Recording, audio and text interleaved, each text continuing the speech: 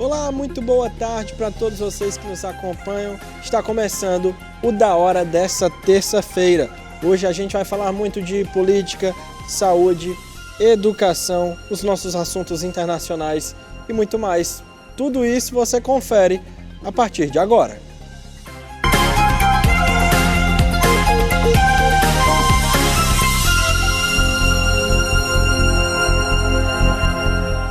A TV União não se responsabiliza por conceitos, falas e diálogos entre os convidados em debates nos programas veiculados na grade. A direção.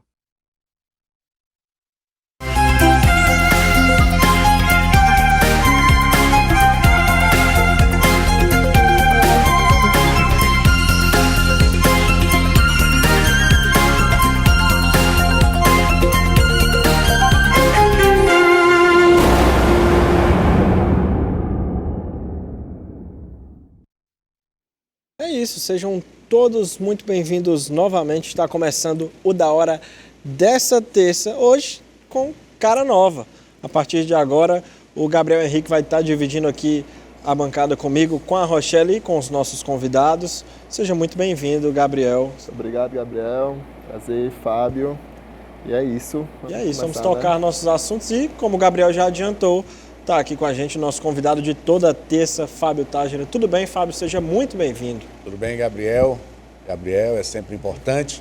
A pauta está cheia de boas informações para impulsionar sempre as ideias e o que você precisa saber sobre o que está acontecendo no nosso cenário.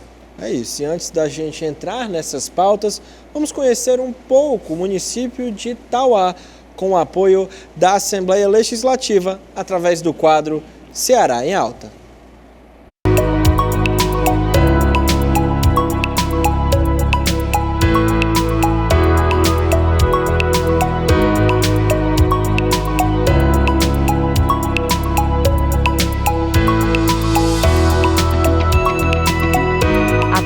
Assembleia Legislativa do Estado do Ceará.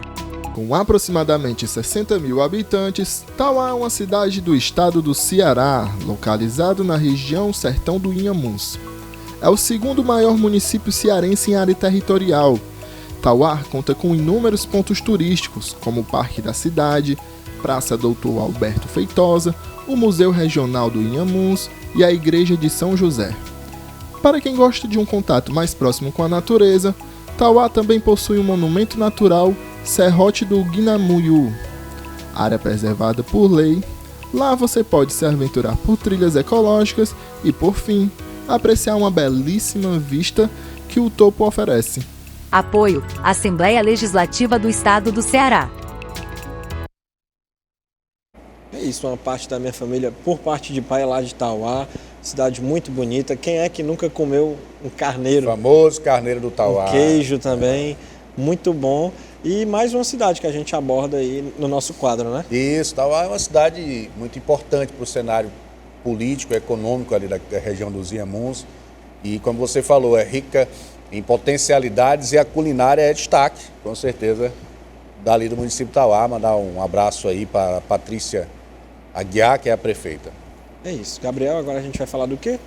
E na tarde da última quarta-feira, o vice-prefeito de Fortaleza e o diretor do Implanfor, Elcio Batista, condenou o evento temático sobre o plano diretor de Fortaleza.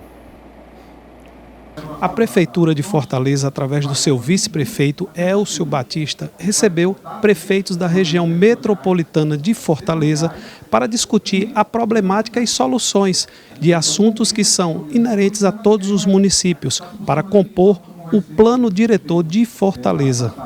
Com o objetivo de discutir problemáticas e soluções comuns a todos os municípios da região metropolitana, como parte da construção do plano diretor, o vice-prefeito de Fortaleza, Elcio Batista, recebeu prefeitos, secretários e técnicos da gestão pública. O vice-prefeito Elcio falou sobre o impacto que os problemas da região metropolitana causam para a cidade de Fortaleza. A gente está fazendo o primeiro encontro da revisão do plano diretor de Fortaleza com a região metropolitana. É fundamental a gente escutar os municípios da região metropolitana. É fundamental que o planejamento da cidade de Fortaleza ele esteja de acordo e ele esteja integrado com a região metropolitana, que hoje são 19 municípios, porque há uma relação muito forte de interdependência entre esses municípios.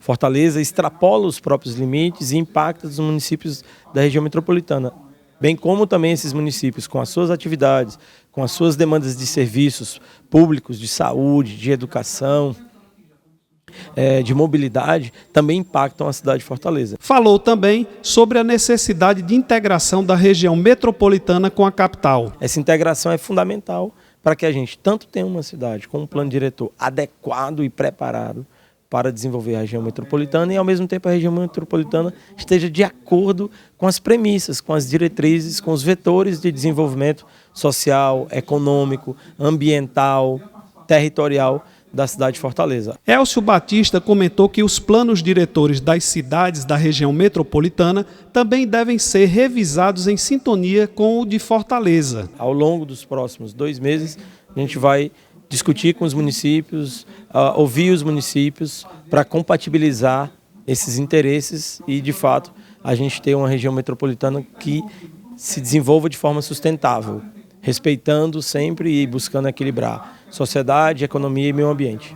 A coordenadora de projetos integrados de Fortaleza, Manuela Nogueira, falou da importância de ouvir os representantes dos 18 municípios e compartilhar todas as políticas públicas. Hoje estamos aqui, na sede da Prefeitura de Fortaleza, recebendo os 18 municípios que fazem parte, junto com Fortaleza, de toda essa região metropolitana limítrofe da cidade de Fortaleza.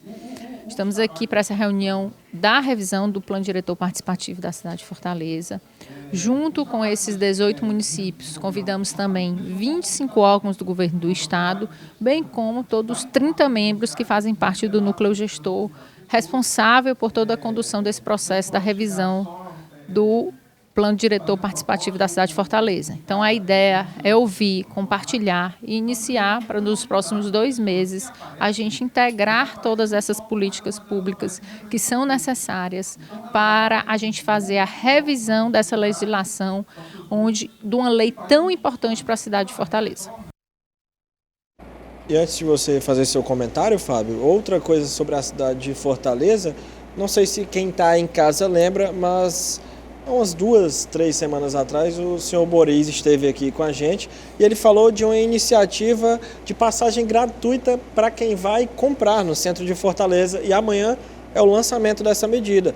Os compradores do centro da capital vão ter a possibilidade de ter uma passagem gratuita de ônibus garantida a partir do mês de julho, já esse mês. A novidade vai ser implementada com o projeto Compre Bem, Volte de Graça, que vai funcionar como retorno dessas pessoas que fizeram alguma compra nas lojas da região, e vai ser uma parceria entre a Câmara de Dirigentes Lojistas de Fortaleza e o Cinti Ônibus. Amanhã é o lançamento. É importante uma medida como essa, né, Fábio? Claro, é importante, e eu quero destacar com relação a esse debate que nós iniciamos essa tramitação ali na Câmara Municipal de Fortaleza, a partir do mandato do vereador Marcelo Lemos, onde nós estabelecemos essa logística através de uma indicação ao Executivo e que exatamente para impulsionar essa questão do comércio do centro da cidade. O centro da cidade tem ali diversas modalidades de comércio que precisam ali desse impulsionamento, né? As pessoas precisam voltar ao centro de Fortaleza, e aí o Cinti Ônibus com o CDL já aí criando essa primeira ação, esse primeiro momento, e a Prefeitura de Fortaleza com certeza vai aí criar esses mecanismos e somar a essas iniciativas tão importantes para movimentar o centro. Porque, como a gente sabe, os bairros de Fortaleza estão crescendo. Então, cada bairro tem, como se a gente pode falar de uma forma bem informal, um mini centro ali no seu bairro, uma avenida grande que tem muitos comércios. Então, dificilmente a pessoa vai se sentir atraída a ir até o centro da cidade. Então, eu creio que uma medida como essa é importante para fazer esse consumidor estar voltando ao centro. Sim, né? E até porque o centro também tem as suas outras potencialidades, a cultura, né, a história. O centro histórico de Fortaleza é muito bonito. E é preciso que as pessoas, que o cidadão de Fortaleza e quem nos visita possa ir conhecer as potencialidades desse centro, que agora com essa iniciativa e com o reforço da Prefeitura em breve, com certeza vai melhorar essa frequência das pessoas estarem no centro. E Fábio, Gabriel, agora falar um pouquinho sobre o plano diretor, que é o que a gente estava acompanhando agora há pouco. O que é que você tem para comentar? Essa ação do Elcio Batista, que é o vice-prefeito de Fortaleza e diretor do Implanfor, ela vem criar uma série de ações pontuais referentes ao meio ambiente, à educação, à mobilidade urbana, que precisa ser ordenada na cidade de Fortaleza, mas também em simetria com os outros municípios que compõem a região metropolitana da cidade. Então, essa integração, esse movimento de ações conjuntas entre esses municípios, eles partem desses princípios, né? Dessas orientações de um estudo técnico muito bem pautado pela Prefeitura de Fortaleza, com os municípios e a sociedade envolvida, né? Todos nós aí que vivemos em Fortaleza e que precisamos também esse trânsito em outros municípios, então são ações que vão com certeza melhorar a qualidade de vida das pessoas. É isso, e falando agora um pouco mais macro, o governador Eumano de Freitas fez um balanço do primeiro semestre desse ano de 2023. Primeiro, de que as contas do Estado permanecem absolutamente equilibradas.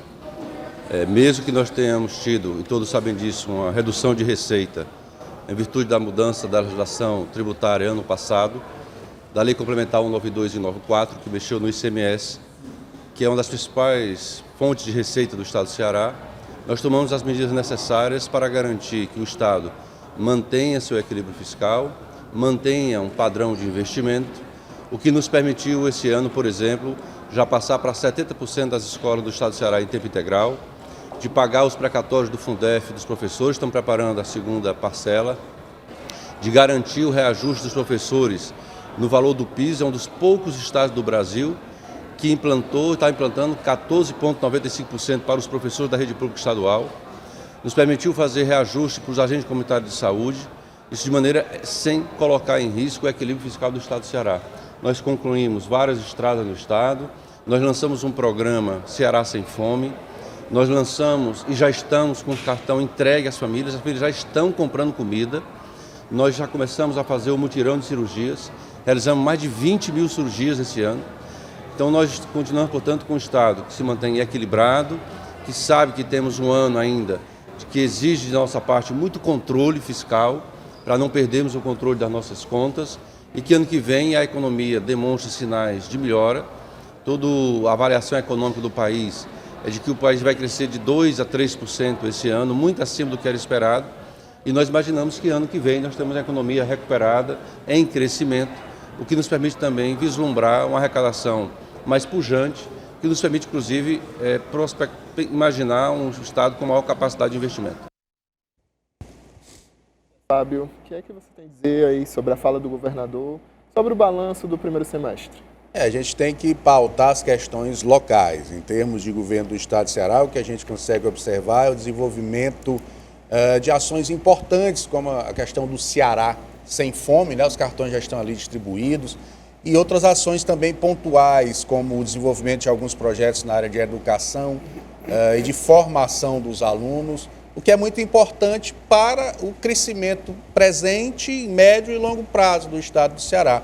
As parcerias que o governo vem buscando, que vão também impulsionar questões econômicas e questões desenvolvimentistas, em simetria sempre com os municípios, né? Porque os municípios são ali onde as pessoas estão vivendo. Nós vivemos nos municípios, então o governador tem pautado ações voltadas para entender cada potencialidade das regiões administrativas do Ceará, e ele falou sobre controle fiscal, ou seja, esse ordenamento aí do orçamento público, que a gente espera sim, que se organize, que se intensifique esse processo de desenvolvimento, mas mantendo as contas em dias, né? Mantendo aí a estabilidade econômica do Estado do Ceará, que vem ao longo dos anos conseguindo aí ter o seu desenvolvimento garantido, independente dos cenários nacionais. Fábio, o que muitos políticos falam é que um primeiro ano de mandato, quando você não é reeleito, é sempre mais complicado, porque uma mudança de filosofia, uma mudança de administração, é toda uma adaptação. É verdade isso?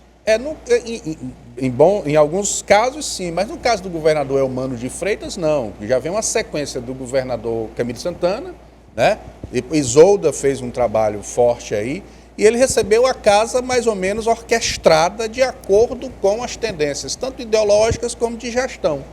Então, como eu disse, o Estado do Ceará nos últimos anos vem se desenvolvendo, vem aí avançando em questões importantes, e o governador Eumano de Freitas acabou que recebeu uma casa pronta, que precisa ser gerida de acordo com o que vem se desenvolvendo nos últimos anos. Então, é importante esse cenário. Se fosse uma mudança política, ideológica, talvez aí uma outra conjuntura fosse construída, e aí poderia ter um emperramento do desenvolvimento. Mas no caso do Eumano, não. Um assunto que ele pouco tocou aí nessa fala foi a questão da segurança, que é dever do governo do Estado. A gente sabe, claro, que os municípios têm que fazer a sua parte, mas de acordo com a Constituição, é dever estar nos braços do governo do Estado. Você pode fazer esse balanço dessa segurança pública nesse primeiro semestre de 2023?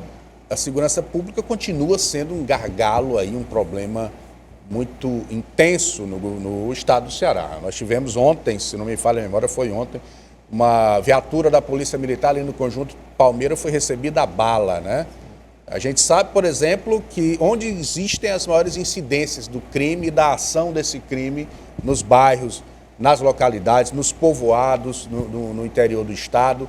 E o que a gente precisa entender, o que a sociedade precisa entender é por que essas ações não são sufocadas pelo poder público, pelo gestor de segurança pública, né? O que falta para que esse cenário comece a melhorar, que os índices de violência realmente comecem a diminuir, porque os números que foram apresentados pela Secretaria de Segurança não condizem com a realidade, com o que a gente vê e ouve no dia a dia. Então, o que falta, na verdade, é esse entendimento do foco da violência nos bairros, nos povoados, nas comunidades, e que o poder público possa ali sufocar essas ações, fazendo valer o direito constitucional, fazendo valer o direito do poder público estar inserido dentro das comunidades para se manter a ordem. É isso, Gabriel. Agora a gente volta a falar do Sertão dos Inhamuns, né? Sim, agora a gente vai falar sobre as estradas de Crateús, né? O governo do Ceará autorizou oficialmente o início da segunda etapa da obra da estrada da produção para levar o desenvolvimento a Crateús e a região. A estrada é uma reivindicação antiga do município e de toda a região. A vice-governadora Jade Romero representou o governador Eumano de Freitas na solenidade e assinou a ordem de serviço que autoriza a segunda etapa da obra. São 18 quilômetros de construção de um novo asfalto entre as localidades de Santana e Lagoa das Pedras, beneficiando ainda a comunidade de Montenebo e Araripe, entre outras.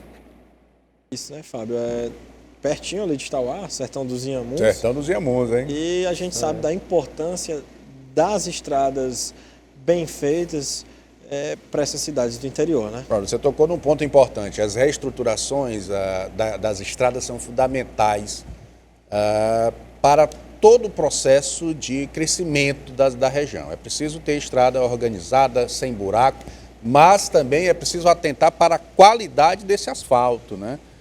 Do material utilizado ali para melhorar a qualidade das estradas, porque o que a gente percebe é exatamente isso. Se constrói e em pouco tempo está se dissolvendo. Então, está de parabéns o governo do estado por essa ação ali nos Inhamuns, naquela região tão importante para o estado, mas é importante também que se foque na qualidade do serviço e do material utilizado, para que daqui a 6 meses não esteja ali o mesmo problema e não precise fazer outra licitação, outro movimento e seja gasto mais dinheiro público. A gente precisa otimizar o serviço, a qualidade do serviço, para que o dinheiro público possa ser bem trabalhado também em outras situações. Olha, tem uma estrada, me falha a memória qual CE o número direitinho, mas é entre Canindé e Santa Quitéria. Conheço. E eu tenho uma família no Ipu, que a gente sempre passa por ali. Todo período que a gente vai viajar, tenho ido menos agora, mas minha mãe tem ido mais, sempre está em obra. A gente não entende, sempre tem que esperar um pouquinho para o pessoal da outra faixa vir, aquela poeira sobe, sempre está em obra. Por quê? Tem alguma explicação? Eu conheço bem aquele trecho ali, eu sei exatamente o que você está falando, é muito complicado ali. Tá? Então é permanentemente em obra, a gente não entende por quê. Há muito tempo. Pelo tempo que existe aquele serviço ali, já era para ter concluído, já era para estar ali. Bem concluído. E bem concluído e já está fluindo o trânsito normal. Mas a gente não entende por quê.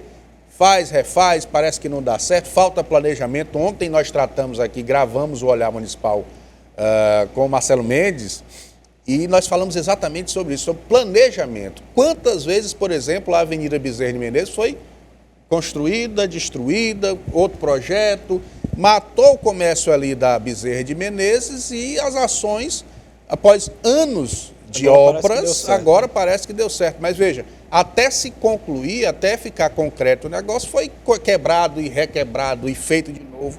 E isso tudo é dinheiro público. Isso tudo é o nosso dinheiro, fruto dos nossos impostos que estão ali sendo dissolvidos nessas obras intermináveis e muitas vezes sem explicação, como é esse caso desse trecho de Canidé Santa Quitéria. E Fábio, Gabriel, querendo ou não, isso prejudica até a população, principalmente, na verdade, a população desses municípios. Por quê? Porque tem outros caminhos, talvez mais longos, para as pessoas chegarem nos seus destinos. Claro. Então, às vezes, elas optam por esses outros caminhos. E, por exemplo, muita gente que vai ali para essa região que eu falei, da Serra da Ibiapaba, ao invés de estar ali, de tomar um café da manhã, de abastecer ali em Canindé, vai abastecer em outros municípios. Então, quem perde? A população daquele município, né? E aí você imagina também, por exemplo, um transporte paciente, né? Que precisa sair de um município, precisa vir para Fortaleza, passa ali por aquela situação traumático, né? Não deixa de ser traumático, que muitas vezes interfere no processo de cura do tratamento. É isso, às vezes tendo que pegar um caminho mais longo. E os 28 municípios da região do Cariri conseguiram garantir a estabilidade na alfabetização das crianças ao final do segundo ano do ensino fundamental, mesmo diante dos impactos da Covid-19 nas redes de ensino, segundo os dados do Sistema Permanente de Avaliação da Educação Básica do Estado do Ceará, aplicado em 2022. Importante, né? Educação. Importante, a educação é a base de tudo, né? A educação, ela cria perspectivas de avanços para aquela criança que está ali no ensino fundamental, que geralmente não tem uma estrutura familiar muito bem ordenada e encontra na escola a única possibilidade de vislumbrar um futuro. Então, o governo do estado, em parceria com alguns municípios, vem buscando aí administrar projetos, programas e ações voltadas exatamente para aperfeiçoar o processo educacional, melhorar a qualidade, inclusive dos professores, deles se capacitarem, de eles criarem aí metodologias de ensino que vão interferir de forma positiva nesse ordenamento de educação. O que a gente espera que esse trabalho se intensifique, avance mais ainda, com a parceria agora, inclusive com o governo federal, que lançou recentemente um programa específico para o ensino fundamental. Então, a ideia é essa, é avançar, e a gente parabeniza as ações e, claro, como imprensa, como cidadão, nós vamos fiscalizar para ver se esses avanços vão continuar acontecendo. E educação é segurança, né? Sim. No futuro, a gente sabe, essas crianças vão ter uma chance de ascender na sociedade, dentro da sociedade, e querendo ou não, vão fazer uma sociedade muito melhor. Né? É o que a gente espera. E lembrando que o ensino fundamental é a base de tudo, obviamente, e quando se tem um ensino fundamental bem ordenado, bem organizado e com situações que vão ali fazer valer os princípios educacionais, a tendência é que esse aluno siga bem na educação e chegue a crescer e a avançar e a partir desses estudos, dos avanços, retornar essa metodologia, essa capacitação para o próprio Estado. Ainda existe aquela divisão que municípios cuidam de ensino fundamental e o Estado do ensino médio, né? Então tá aí, por exemplo, a gente falou, a segurança é papel do Estado, mas a educação também é segurança. Então o ensino fundamental bem feito, com os recursos bem geridos pelos municípios, vão levar segurança no futuro. Então é um dever de todos. E o interessante nesse processo de gestão pública, Gabriel, é que a forma de gerir moderna e que de resultado é exatamente o conjunto de ações entre os poderes. O Poder Federal, o Governo do Estado e os municípios, com seus parlamentos municipais, que também têm uma participação importante nesse processo de desenvolvimento. Quando você linka as esferas de poder através das políticas públicas e da busca pelos investimentos, a ideia, o objetivo é exatamente fazer crescer, né, a qualidade de vida das pessoas, tanto na educação como na segurança, como no desenvolvimento econômico, enfim, todos os setores da sociedade organizada. E lembrem-se, segurança também é papel do município, tá? Existe uma legislação, que me falha agora o número, a memória o número, que garante as guardas municipais se organizarem no sentido de ter poder de polícia, sendo guardas civis metropolitanas. Então é importante que os municípios que têm as suas guardas municipais busquem essa orientação. É isso, Gabriel. Agora a gente vai para a pausa.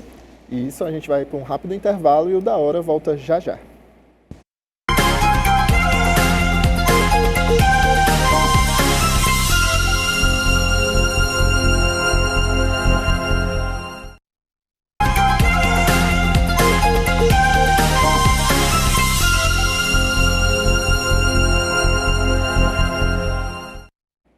Olá, seja muito bem-vindo de volta. O Da Hora dessa terça-feira está no ar novamente.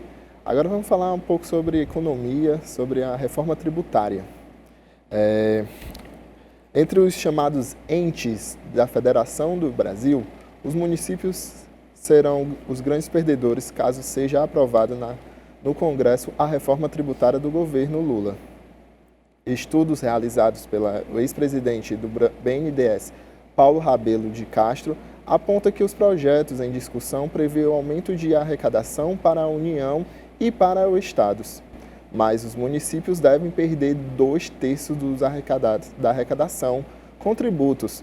A arrecadação federal deve aumentar quase 10%, mais cerca de 37 bilhões por ano, e os estados 28%, mais de 140 bilhões. A Frente Nacional dos Prefeitos não respondeu nem à organização que representa os municípios a apoio à reforma do Lula. E aí, Fábio? O que acontece é o seguinte, após a avaliação dos dados aí desse último censo, o que se percebeu foi que alguns municípios perderam população, né? E o FPM, ele é de acordo com o número de habitantes nos municípios. Então, à medida que os municípios vão perdendo aí as pessoas, vão migrando para outros municípios, outros estados, a receita dos municípios vai diminuir, o que vai danificar e prejudicar muito o processo de construção de cidades mais justas, né? de serviços públicos mais aperfeiçoados. A gente sabe da dificuldade dos municípios, independente do porte, do menor município do estado de Ceará, a capital, a questão é uma só, falta dinheiro. E quando se perde o FPM, com certeza vai ali cair diretamente no colo do cidadão comum, que vai ter mais dificuldade para ter saúde, educação, moradia digna, geração de emprego e renda, porque tudo gira em torno das cidades. Então é preciso que se faça uma avaliação, a União vai ganhar mais dinheiro, né? Mais dinheiro público, que a União possa criar, então, aí mais programas e mais projetos para que se possa aí minimizar esse déficit da questão orçamentária nas cidades. E essa reforma tributária é algo que já vem sendo pautada há muito tempo, né? Sim. Desde o governo Lula agora, governo Bolsonaro, passando pela Dilma. Então, é algo... Por que toda essa demora, Fábio? É porque mexe com a questão da identidade dos estados, sabe? Cada estado tem lá a sua modalidade de imposto e é uma questão que tumultua realmente todos os cenários políticos, os últimos cenários políticos, desde de FHC até agora o terceiro governo Lula, que essa bandeira da reforma tributária vem sendo pautada aí no Congresso Nacional e as divergências são inúmeras, né? E precisa ter um avanço, sim, é importante que essa matéria avance na questão de se tornar uma legislação e uma nova metodologia tributária, mas é preciso obedecer as características de cada região, de cada estado, para que não haja aí essa perda, né, de orçamento e que as pessoas não sejam prejudicadas nas ações de serviços públicos, que é o grande gargalo, que é o grande problema, que é o que precisa ser respeitado. Seja algo mais justo, né? Porque pelo que a gente paga de imposto hoje e o retorno que a gente tem, eu creio que não está no mesmo peso da balança, não. Está equilibrado, não. E aqui se arrecada muito. Falta dinheiro, não. Falta gestão. E aí a gente trabalha em todos os setores das gestões públicas. Os municípios, claro, os municípios são mais sufocados, mas se você souber organizar bem o seu orçamento, pode sim existir avanço. E as arrecadações estão aí. A gente fizer a pesquisa no velho Google, a gente consegue ver um nível de arrecadação de imposto muito grande no Brasil. É preciso que seja mais bem ordenada a sua distribuição. É isso. E para elaborar a lista, a consultoria TM20 Branding pesquisou 1.700 marcas nacionais entre outubro e dezembro de 2022. Esse ranking é feito a partir da pesquisa Brand Asset Evaluator, maior e mais tradicional estudo sobre marcas no mundo. Essa conquista, de acordo com especialistas, resulta da relevância do Sebrae enquanto guardião das micro e pequenas empresas. Esse reconhecimento conquistado pelo Sebrae é resultado de um intenso trabalho realizado diariamente pelos milhares de colaboradores e colaboradoras da instituição, que estão distribuídos por todos os estados brasileiros, oferecendo treinamentos, assistência técnica, consultorias, cursos, entre outros conteúdos que geram valor agregado para os pequenos negócios. E a gente sabe, né, que a importância do pequeno e do médio empreendedor aqui para o Brasil é enorme. Não tenha dúvida, o pequeno e o médio empreendedor, as associações, as cooperativas de crédito, todo esse nicho econômico é o que realmente movimenta. E agora o MEI também, né? O microempreendedor individual, uma que com a pandemia cresceu demais. Muito, muito. Então, o Sebrae tem essa expertise exatamente de criar situações aí, tanto na parte de capacitação, como em orientação de crédito, orientação de como montar o seu pequeno negócio. E o Sebrae tem toda essa estrutura disponível de forma gratuita, né? Só alguns cursos que são pagos, mas são preços acessíveis, exatamente para desenvolver essa camada da economia, que faz toda a diferença no processo de construção, de geração de emprego e renda, de desenvolvimento, né?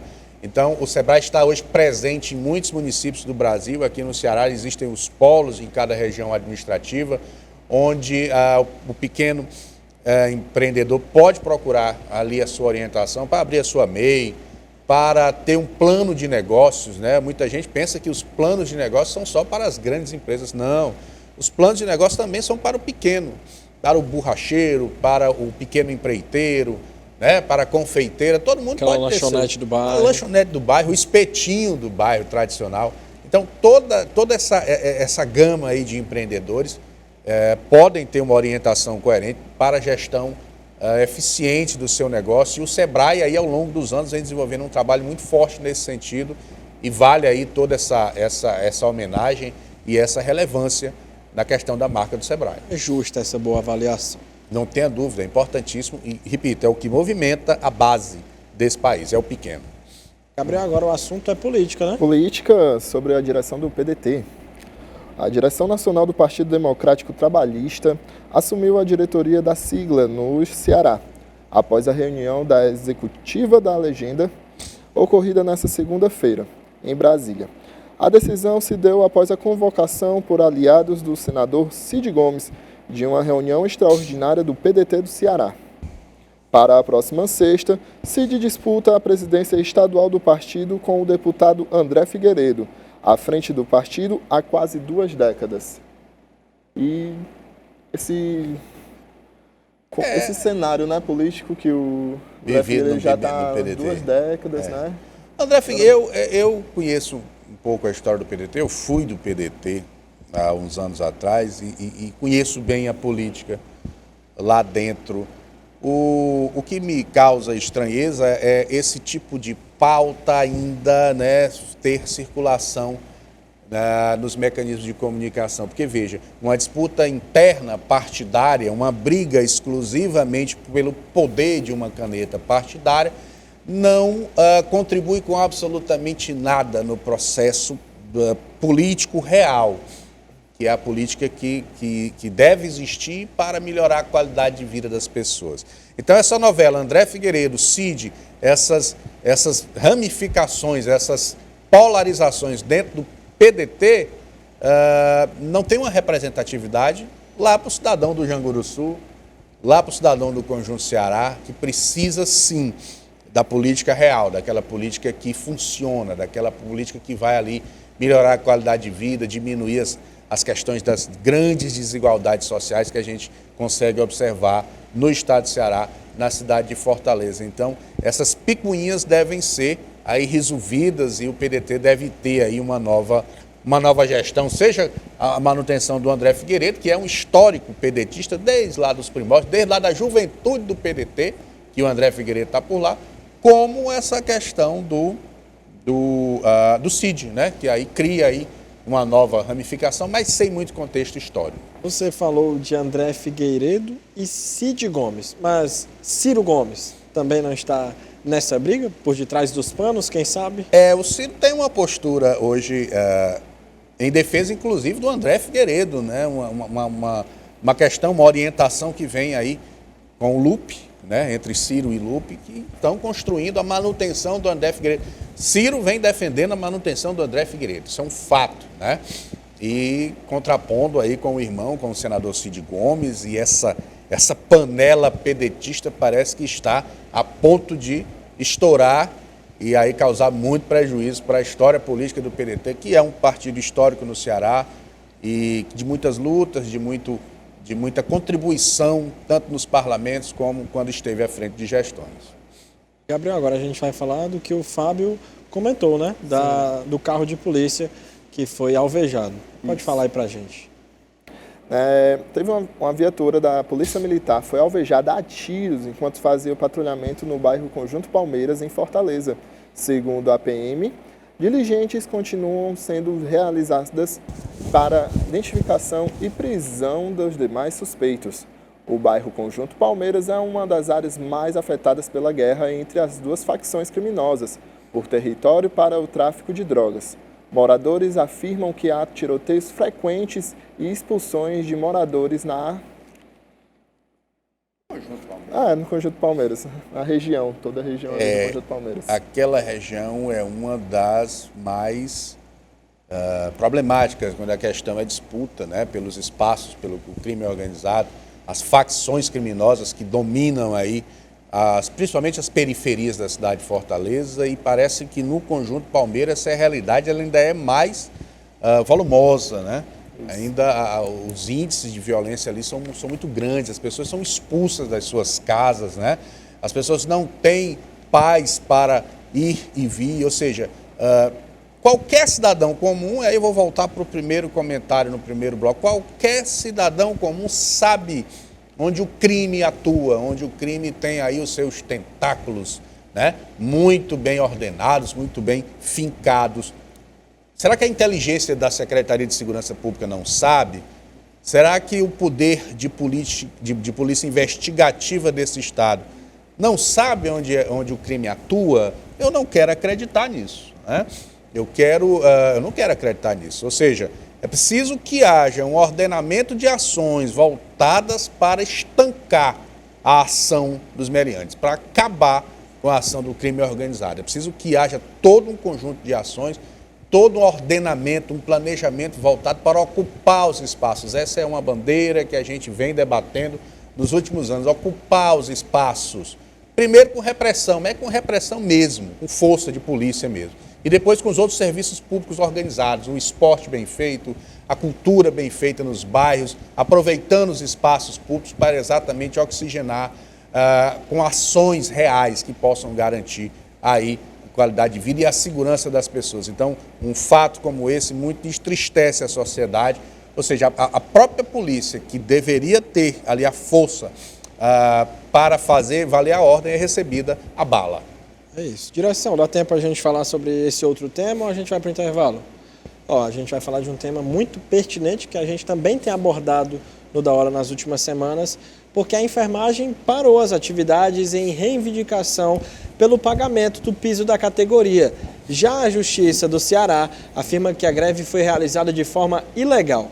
A classe rebate, abre aspas. O Sindisaúde respeitou todos os trâmites para início da greve, inclusive uma assembleia com os profissionais que decidiram pela greve. Foi divulgado o comunicado de greve em jornal de grande circulação com tempo hábil para os gestores e padrões da saúde se organizarem, fecha aspas. disse o sindicato em nota. A categoria afirma que vai decidir em assembleia se cumpre ou não a decisão da Justiça. A principal reivindicação da categoria é o pagamento do piso salarial estabelecido em R$ 4.750. É só dignidade que eles querem, é só um pagamento mais do que justo. Com certeza. Hoje a gente viu algo na internet, em 2020, todos esses profissionais estavam sendo aplaudidos, né, por todo o seu trabalho na pandemia. E agora a gente está vendo cenas como aquela lá em Brasília, de um profissional da enfermagem sendo derrubado, levando spray de pimenta. Eu creio que não é assim, não é isso. A gente sabe que o enfermeiro, o profissional de enfermagem, quem fica na linha de frente, realmente, no hospital, na unidade de saúde, é um enfermeiro. É ele que recebe, os técnicos, os enfermeiros, é quem recebe ali a orientação do médico para exatamente tratar o paciente, né? E muitas vezes salvar a vida desse paciente. Então é importante que essa questão salarial ela seja muito bem ordenada e que seja cumprido esse piso salarial. Agora, claro, precisa avaliar o outro lado de quem contrata, né? Tanto a iniciativa pública como a iniciativa privada, que precisa se ordenar, precisa se organizar no sentido de conseguir pagar o que é lei, o que é de direito, o que está já estabelecido pela legislação. E esse processo de reordenamento salarial, ele não se resolve de um dia para a noite. Quem é gestor público ou privado sabe que tudo exige planejamento, tira daqui, tira dacolá, realoca aqui, realoca acolá, para exatamente fazer valer a questão salarial. Então é preciso que haja esses dois entendimentos. O momento é para se estudar possibilidades. Estudar a possibilidade de cumprir o piso, de ter um acordo bem feito para que os profissionais de enfermagem possam ser aí atendidos nas suas reivindicações justas e que a população que precisa do serviço de enfermagem, que precisa do atendimento, não sofra as consequências. A gente tem notícias que no IJF, por conta da greve, morreu gente por falta de atendimento, por falta de profissionais. Então, esse tipo de coisa não pode acontecer. Esse entendimento precisa ser mais coordenado, precisa acontecer para que a lei seja cumprida e que as pessoas possam ter seu serviço ordenado e organizado. Fábio, agora a gente vai para o nosso segundo intervalo, mas na volta, Fernando Ferrer, nosso outro convidado, vai estar aqui com a gente. Então, rapidinho, suas considerações finais. Muito obrigado pela sua companhia. Bom, só agradecer a oportunidade de estar aqui debatendo com vocês. Mandar um abraço para a rapaziada do Salão dos Torcedores, que está nos acompanhando agora. A Luísio Ramalho, o rei da rede no Ceará. Essa rapaziada que sempre está nos acompanhando. É isso. Agora a gente vai para a nossa segunda pausa e já o Da Hora está de volta.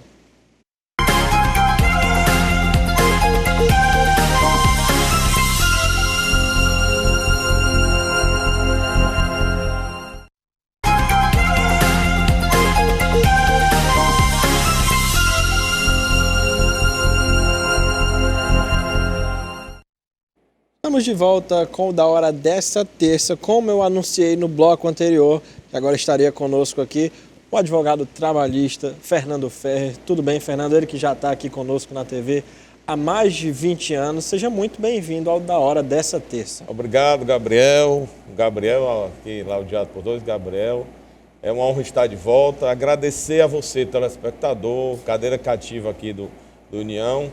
E que quando nós temos afastado aqui do programa por motivos profissionais, viajando praticamente toda semana, mas nós temos um público aí fiel no grupo de WhatsApp, que quando a gente participava sempre do programa, quase que diariamente, e as pessoas sempre mandam mensagem para o nosso WhatsApp perguntando por que eu não estou vindo mais ao programa aqui do Da Hora. Então estamos aqui, vamos retornar paulatinamente, principalmente aqui às terças-feiras, pelo menos com um bloco, sempre trazendo temas emergentes relacionados ao direito, principalmente ao direito do trabalho. E o que a gente vai falar hoje é que ontem o presidente Lula sancionou a lei que estabelece a igualdade salarial entre homens e mulheres que desempenham a mesma função. Ele afirmou ainda que os empresários vão precisar respeitar essa regra que, na verdade, já existe desde 1943, não é isso? Olha, no século XXI ainda existem muitos, até trabalho assemelhado à escravidão, aqui no estado do Ceará principalmente. Ano passado foram inúmeros casos. Então, o desrespeito ao critério, a igualdade salarial entre mulheres e homens, né, é desrespeitado ainda por muitos e muitos empregadores. Né? Não pode haver nenhum tipo de discriminação com relação ao sexo, etnia, origem, idade. Então é importante a Lei 14.611, promulgada ontem, dia 3 de julho de 2023, passou a viger a partir de ontem, que traz vários pontos importantes em que tanto o empregado como o empregador também deve estar ciente com a sua assessoria jurídica dos pontos importantes dessa relação, que eu destaco com relação ao empregador. O empregador que possuir acima de 100 empregados deverá semestralmente apresentar um relatório respeitando a lei de proteção aos dados pessoais, apresentando a questão salarial da sua empresa, a equidade salarial entre as pessoas que ocupam a mesma função, o mesmo valor do trabalho. E, inclusive, quando a gente fala do trabalho aqui, dessa desigualdade, muito telespectador pode pensar que é só ali daquele empregado mais humilde, mais simplório, mas não. Nós temos casos e mais casos de gestores, de diretores, de que ocupam cargos relevantes, cargos de importância dentro do contexto da empresa, em que os salários, né, deveriam ser iguais, deve ser igual entre homens e mulheres, mas há um desrespeito aí, homens recebendo no século XXI ainda salários maiores que o salário das mulheres. É uma questão de suma importância a legislação. Ela vem trazendo aí a mudança no artigo 416 da CLT, implementando alguns pontos, dentre eles a questão que, havendo desrespeito, ocorrerá uma multa de 10 salários do valor real que deveria ser o salário do empregado que está sendo desrespeitado. Sendo o empregador reincidente, essa multa ela dobra e não tira o direito também, obviamente, do trabalhador, da trabalhadora, de ingressar com a reclamação trabalhista, pleiteando uma indenização por danos morais. E, doutor, nesse caso, as empresas que têm menos de 100 funcionários, ou até mesmo as empresas que têm mais de 100 funcionários que têm que fazer esse relatório, mas que dão um jeito de burlar. Como é que o funcionário deve fazer, com quem que ele deve entrar em contato e como é esse processo? Bom, é importante esse ponto, Gabriel, porque a legislação também ela traz a parte também inerente ao poder público, a poder de investigação da Superintendência do Trabalho e Emprego, do Ministério Público do Trabalho, que tem que ter uma fiscalização maior, né? Disponibilizar um canal anônimo que os empregados possam fazer a denúncia, disponibilizar um painel em que traga aí todo o contexto, né, do desrespeito à legislação. Então é importante esse acompanhamento, o implemento da Lei 14.611 também por parte do Poder Público na questão da fiscalização. E que também o empregador tem que ter a preocupação, porque pode ter uma multa de até 3% do valor da folha de pagamento da empresa, se houver descumprimento, se não houver uma equidade salarial entre homens e mulheres. E por que durante todo esse tempo essa lei não foi cumprida? Será que essa fiscalização estava frouxa? Será que esses funcionários tinham medo de sofrer uma repressão? O que é que explica durante todo esse tempo essa lei não ser cumprida em alguns casos? Dentre o contexto da capacitação por parte do poder público, a capacitação da mulher. A mulher hoje, felizmente, ela está plenamente capacitada, mas nós sabemos que lá na Revolução Industrial, a partir ali da Inglaterra principalmente, 1914, 1915, antes das grandes guerras, as mulheres sequer tinham direito de voto, né? Não tinham participação alguma. Hoje, felizmente, as mulheres estão ocupando os seus espaços, estão em cargos de direção nas empresas, estão em cargos políticos, dirigentes de sindicais, políticos, deputados, senadores. Felizmente, hoje a mulher ocupa o seu papel importante na sociedade, que infelizmente, num passado até já distante, não era dessa forma. Mas nós temos que pugnar, lutar e realmente você, telespectador, você empregado, empregada que está aí, que sabe do desrespeito, que está recebendo menos, fazer a denúncia para que o poder público também tenha condições de investigar. Nós sabemos que é uma minoria, né? Nós não podemos generalizar de forma alguma, que a grande maioria dos empregadores realmente cumprem o seu papel, tem a equidade salarial dos seus empregados. Mas existe ainda, infelizmente, uma pequena minoria que desrespeita essa condição. No caso, tem gente também que não entra com esse processo na justiça por achar que vai ser muito lento, que é muito burocrático. O senhor, como especialista em muitos desses casos, como é o processo? Digamos que uma pessoa chegue hoje no seu escritório para denunciar um abuso desse tipo, um abuso salarial?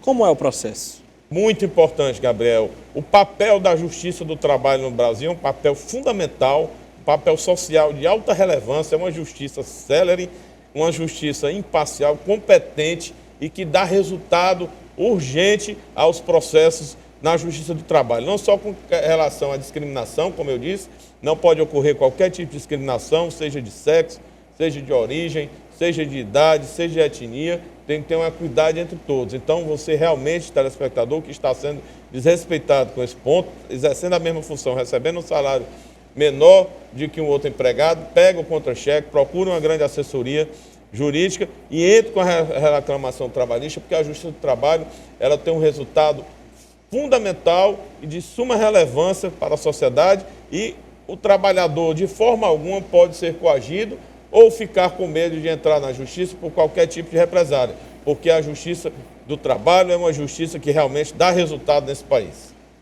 E há algum respaldo para a mulher que entrar com essa denúncia, algum respaldo de segurança na sua carreira profissional? Olha, a questão do respaldo, a questão da preocupação da reclamação, é principalmente quando a trabalhadora ou o trabalhador, qualquer tipo de ação que seja, quer continuar trabalhando, porque existe desrespeito com relação a pagamento de horas extras, existe a questão da equidade salarial, aí as pessoas ficam trabalhando sabendo que os seus direitos estão sendo desrespeitados, mas também tem a questão hoje fundamental, que é a manutenção do emprego, que é o bem principal, que é o que dá rendas para levar aí o sustento para o seu lar, para a sua família. Então, ao entrar com uma ação trabalhista, quando você entra com grandes conglomerados de empresa, bancos, instituições grandes, e o patrão não está ali interagindo diretamente com o empregado, é fácil de você entrar com reclamação trabalhista e continuar trabalhando, pelo menos até o resultado da sentença do juiz do trabalho.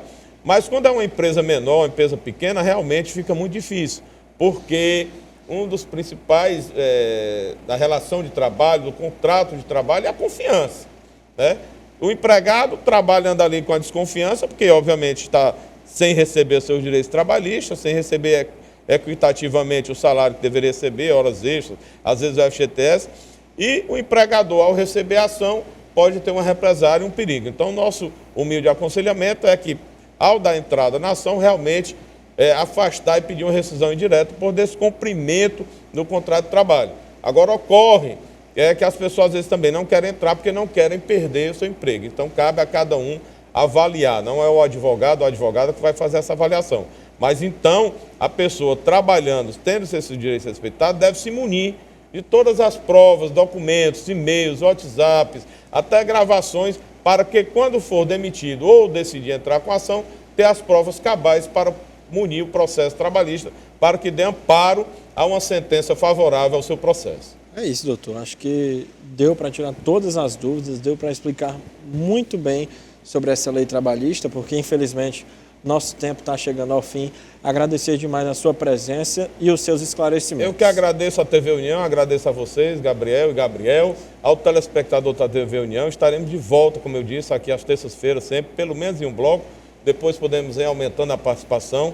Estamos, assim, sempre à disposição de você, cidadão mais humilde, mais carente, principalmente porque a informação tem muito valor e quem tem informação consegue lutar pelos seus direitos. É isso. Gabriel, parabéns aí pela sua estreia. Muito obrigado por dividir aqui o Da Hora conosco. Obrigado. Quero agradecer primeiro a audiência e a confiança e aguardar vocês até a próxima, no outro programa. É isso. O Da Hora está de volta amanhã, no mesmo horário. Tchau, tchau.